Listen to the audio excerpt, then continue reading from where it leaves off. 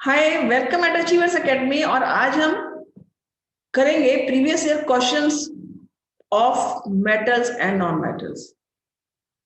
आप वीडियो को अच्छे से देखना है, समझना है किस तरह के क्वेश्चंस आते हैं, उनके आंसर आपको किस तरह करना है। सबसे बड़ी चीज है कि जब आप आंसर करेंगे तो आप टू द पॉइंट आंसर करेंगे। साइंस में आपको फालतू की स्टोरी नहीं लिखनी है। जो आपका प्रॉपर एक आंसर होता है वो आंसर जरूर आना चाहिए आपके आंसर में।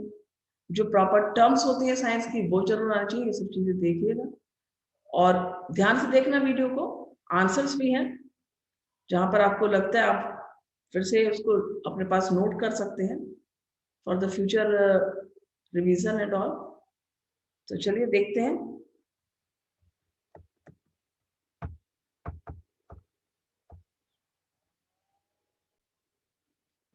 सी first question is write one example of each of.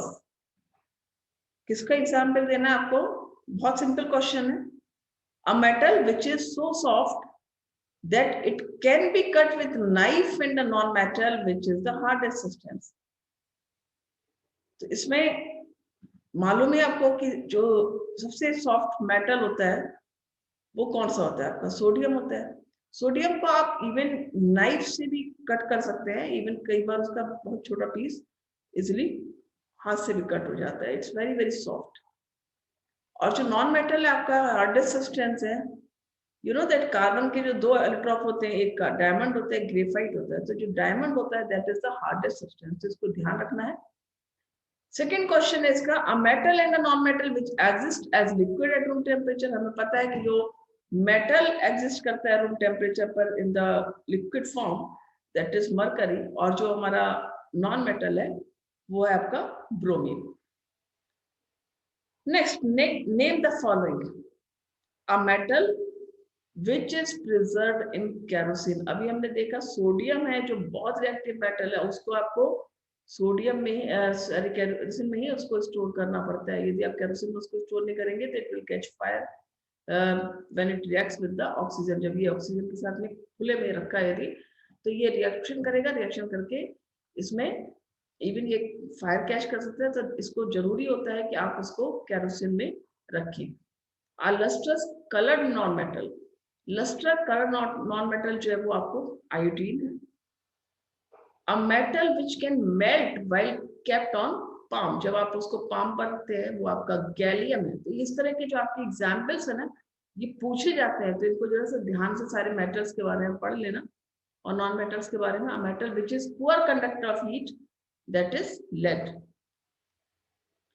Next देखते हैं, write down important properties of ionic compounds.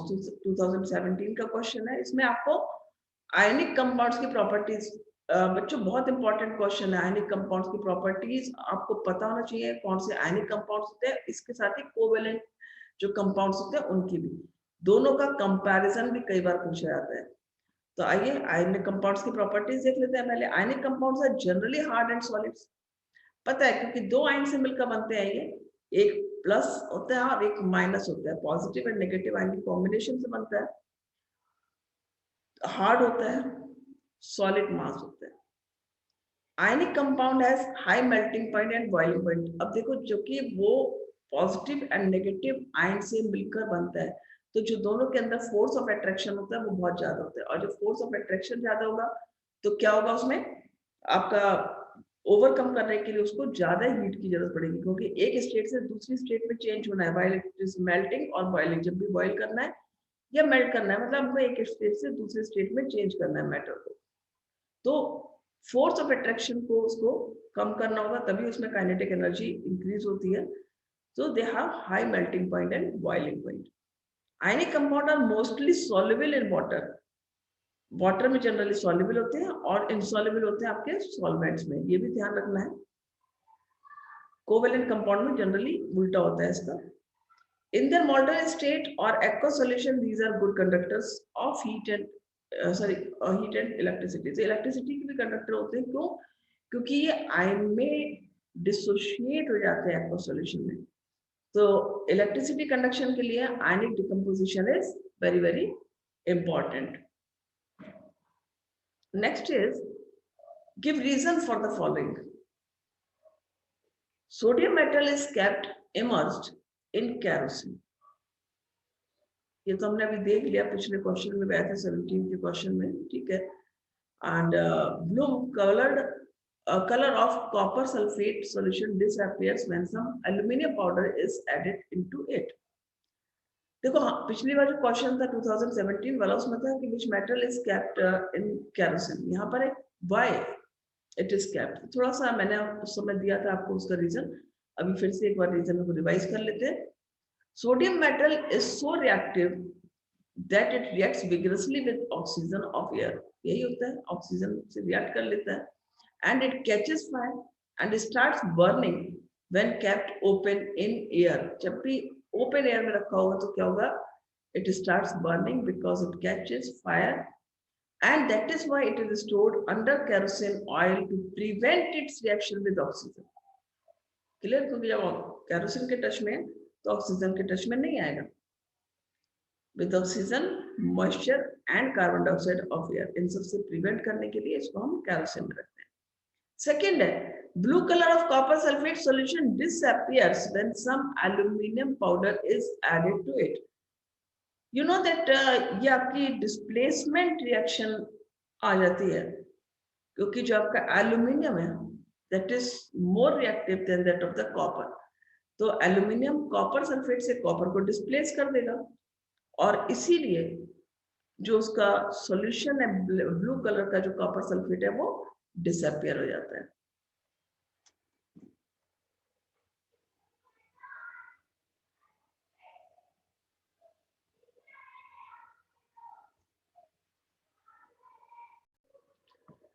Now, next question is list 4 important properties of aluminum which are responsible for its great demand in industry। देखो aluminium जो होता है वो एक ऐसा metal होता है जो कि लाइट होता है, तो इसको सबसे पहले आपका आ जाएगा it is a light metal.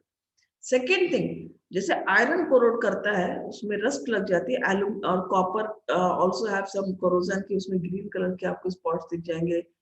लेकिन एल्यूमिनियम जो होता है वो उसमें कोरोजन नहीं होता है। क्यों? क्योंकि एल्यूमिनियम के ऊपर ऑटोमेटिकली एक ऑक्साइड लेयर बन जाती है जो कि एल्यूमिनियम ऑक्साइड की होती है, और इस लेयर की वजह से क्या होता है, it prevents it from the further oxidation, यानी कि जो आगे इसको कोरोड होने से बचाता है ये protective layer. Next, it is a good conductor of heat and electricity. जैसे अदर मेटल्स होते हैं हीट और इलेक्ट्रिसिटी के गुड कंडक्टर, एल्यूमिनियम भी है। It is used as a reducing agent in the extraction of metals from the oxide। ये एक थोड़ा सा ध्यान रखना है कि it is also used as a reducing agent when metal is extracted from its oxide। जब मेटल को उसके ऑक्साइड से हम एक्सट्रैक्ट करते हैं वहां पर ये रिड्यूसिंग एजेंट का काम करता है। नेक्स्ट आ गया, ये देखो जब आपके साइंस में बहुत सारे क्वेश्चन इसी तरह के आएंगे 3 मार्क्स 5 मार्क्स के, कि 3 मार्क्स का है तो 3 क्वेश्चन हो जाएंगे उसके अंदर, ये 5 मार्क्स का तो कई बार 5 आ जाते हैं। तो ऐसा जरूरी नहीं है कि आपका 3 मार्क्स का क्वेश्चन है या 5 मार्क्स का क्वेश्चन है तो आपको कोई स्टोरीज में लिखने बहुत लंबे लंबे क्वेश्चन होंगे। आपके सिंपल सिंपल आंसर्स के भी 3 और 5 मार्क्स के क्वेश्चन होते हैं। तो इम्पोर्टेंट ये है कि आपको हर लाइन एनसीईआरटी की पढ़नी है, वो ज्यादा इंपॉर्टेंट है, बजाय इसके कि आप ये सोचिए कि जैसे और सब्जेक्ट में आपको वर्ड्स रिक्वायरमेंट होती है, साइंस में वर्ड्स रिक्वायरमेंट नहीं होती है। Why does calcium start floating when added to water? अब देखो ये बहुत इंटरेस्टिंग क्वेश्चन है, बहुत बार पूछा जाता है कि कैल्शियम फ्लोट क्यों करता है पानी में जब उसमें पानी ऐड करते हैं। तो सिंपल सी बात है कि जब ये कैल्शियम की रिएक्शन होती है वाटर के साथ में तो उतनी वायलेंट रिएक्शन नहीं होती है जितनी कि आपकी सोडियम पोटेशियम की होगी, और हीट भी उतनी ज्यादा नहीं होती है जितना कि सोडियम की केस होती है। It doesn't evolve heat in amount so that it can catch fire, ठीक है ना। सो कैल्शियम जब वाटर से रिएक्ट करता है तो हाइड्रोजन गैस के जो बबल्स होते हैं वो क्या होते हैं, कैल्शियम की सरफेस पर स्टिक कर जाते हैं, और उस वजह से क्या होगा, कैल्शियम लाइट हो जाता है और वो मेटल पे फ्लोट करने लगता है। तो calcium start floating because the bubbles of hydrogen gas form stick to the surface of the metal. इस वजह से ये लाइट हो जाता है and then it starts floating, ठीक है। Most of the metals do not give hydrogen. Second question है, most of the metals do not give hydrogen while reacting with nitric acid by. अब ये भी एक इम्पॉर्टेंट क्वेश्चन है। हम जानते हैं कि हमें जब मेटल सल्फ्यूरिक एसिड से या हाइड्रोक्लोरिक एसिड से रिएक्ट करता है तो हाइड्रोजन गैस रिलीज होती है। वही चीज जब हम नाइट्रिक एसिड के साथ में करते हैं वही रिएक्शन, तो हाइड्रोजन गैस नहीं रिलीज होती। ये इंपॉर्टेंट क्वेश्चन है, ध्यान रखने है। तो most of the metal do not give hydrogen while reacting with nitric acid because nitric acid is a strong oxidising agent. ध्यान रखना है कि जो नाइट्रिक एसिड है वो स्ट्रॉन्ग ऑक्सीडाइजिंग एजेंट होता है। उसकी वजह से क्या होता है, जो कि स्ट्रॉन्ग ऑक्सीडाइजिंग एजेंट है, तो ये हाइड्रोजन जो प्रोड्यूस होगी उसको उसी समय ऑक्सीडाइज कर देगा, राइट। तो it oxidises hydrogen produced to water, और खुद क्या होगा, रिड्यूस हो जाएगा किसमें, नाइट्रोजन के ऑक्साइड्स में। ये चाहे नाइट्रस ऑक्साइड हो N2 हो, चाहे नाइट्रिक ऑक्साइड NO हो, या फिर NO2 नाइट्रोजन डाइऑक्साइड हो, तो इसमें ये इसका इस तरह से रिएक्शन होती है। तो ये ध्यान रखना है कि किस तरह की रिएक्शन इसके अंदर होती है। नेक्स्ट है iron reacts to form iron oxide and hydrogen. So see the reaction 3Fe, इसकी जो रिएक्शन होती है वो क्या होती है आपकी 3Fe प्लस 4H2O। यहाँ 3 और 4 जो है ये तो आप जब बैलेंस करोगे तो आपको अपने आप पता लग जाएगा। आप लिखना Fe plus H2O gives Fe3O4 plus H2, ये तो इसका फॉर्मूला हो गया। अब जब आप बैलेंस करोगे तो देखो यहाँ पर Fe3O4 बन रहा है, तो 4O हमको चाहिए, तो हम सीधे सीधे यहाँ पर 4 लगाएंगे तो हमारा 4O हो जाएगा। पर 4H2O होने से हमारा H भी बढ़ गया है, तो हमने यहाँ पर भी 4 कर दिया, राइट। और Fe3 है तो हमें यहाँ पर भी 3 लगाना है। इस तरह से हमारी रिएक्शन सिंपली बैलेंस हो जाती है। Next is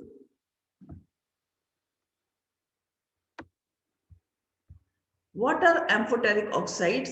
Give an example and write balanced chemical equation to justify your answer. तो एम्फोटेरिक ऑक्साइड्स कौन से होते हैं? देखो जो बेसिक ऑक्साइड्स होते हैं वो मेटेलिक ऑक्साइड्स बेसिक ऑक्साइड बनाते हैं, लेकिन कुछ मेटल्स लाइक एल्यूमिनियम और जिंक यदि हम देखें तो वो एम्फोटेरिक ऑक्साइड बनाते हैं। तो है क्या ये एम्फोटेरिक ऑक्साइड? जब मेटल आपका एसिडिक मेटेलिक ऑक्साइड जब एसिडिक और बेसिक दोनों बिहेवियर शो करते हैं, then it is known as amphoteric oxide. जो आपका एल्यूमिनियम ऑक्साइड और जिंक ऑक्साइड है वो इसी कैटेगरी में आते हैं, दोनों एम्फोटेरिक ऑक्साइड्स बनाते हैं। और इनकी रिएक्शन भी लर्न कर लेना। देखो Al2O3 और एल्यूमिनियम ऑक्साइड और ZnO जिंक ऑक्साइड दोनों ही एसिडिक बिहेवियर भी शो करते हैं और बेसिक बिहेवियर भी शो करते हैं, and that is why these are called amphoteric oxide. अब किस तरह ये एसिड और बेसिक बिहेवियर शो करते हैं ये आपको रिएक्शन से पता लगेगा। देखो यहाँ पर हमने क्या लिया है, HCl लिया है, यहाँ पर क्या है हमारा एल्यूमिनियम ऑक्साइड है। तो जब HCl के साथ में रिएक्ट कर रहा है मतलब यहाँ पर ये बेस की तरह से वर्क कर रहा है, क्योंकि क्या बना रहा है ये सॉल्ट एंड वाटर, तो भाई ये तो न्यूट्रलाइजेशन रिएक्शन है, ठीक है। तो ये यहाँ पर बेस हो गया। अब यहाँ पर ये बेस है NaOH, तो यहाँ पर ये एसिड की तरह काम कर रहा है। अगेन क्या है, यहाँ पर सॉल्ट और वाटर बन रहा है, यानी ये एसिड की तरह काम कर रहा है। तो क्या देखा हमने कि जो एल्यूमिनियम ऑक्साइड है वो एसिड और बेस दोनों रूप में काम करता है। Next is account for the following, 2016 का क्वेश्चन है। Electric wires are coated with plastic. इस तरह के बहुत सारे क्वेश्चंस आते हैं, ये सैंपल्स मैं तो आपको दे रही हूँ। इसका तो ये नहीं केवल यही तो रीजनिंग आपको देखने हैं, आपको बहुत सारे रीजनिंग क्वेश्चंस अपने प्रिपेयर करने हैं। Carbon is not used for reducing aluminium from aluminium oxide. Interesting question है, ध्यान से करना है। Electric wires are coated with plastic, तो बहुत सिंपल है। देखो इलेक्ट्रिक वायर्स यदि कोटेड नहीं होंगे, इंसुलेशन नहीं होगा उसमें, तो क्या होगा, करंट लग जाएगा। तो सिंपल सी बात है। Electrical wires are coated with plastic to provide, यहाँ पर स्पेलिंग रॉन्ग हो गई है, मिस प्रिंटिंग है, plastic to provide insulation which will prevent accidental contact with the other conductors of electricity। ठीक है, तो ये जो इंसुलेशन प्रोवाइड होता है इसको इलेक्ट्रिक वायर्स को बिकॉज ऑफ द प्लास्टिक, वो सारे जो एक्सीडेंटल कांटेक्ट होंगे किसी भी दूसरे कंडक्टर के साथ में इन वायर्स का वो रोकेगा। So it will prevent accidental contact with other conductors of electricity and it will not give shock also. यदि कोई चीज टच कर लेता है तो इवन उसको शॉक देने लगेगा. Next is because aluminum, second carbon is not used for reducing aluminum from aluminum oxide. तो क्यों नहीं यूज करते हैं? क्योंकि जो एल्यूमिनियम है वो ऑक्सीजन से उसकी एफिनिटी ज्यादा है than that of the carbon. तो उसकी वजह से क्या होता है, कार्बन रिड्यूस ही नहीं हो पाएगा. यदि आप एल्यूमिनियम ऑक्साइड से एल्यूमिनियम को रिड्यूस करना चाहते हो तो कार्बन उससे, क्योंकि रिड्यूस करने का मतलब क्या है कि कार्बन को ऑक्सीजन से रिएक्ट करना चाहिए, लेकिन यहाँ पर क्या है, एल्यूमिनियम ऑक्सीजन से ज्यादा रिएक्ट करना चाहिए, उसकी जो एफिनिटी ज्यादा है उसको उससे अलग नहीं हो पाएगा, जिस वजह से कार्बन उससे जो है वो रिड्यूस नहीं कर पाएगा.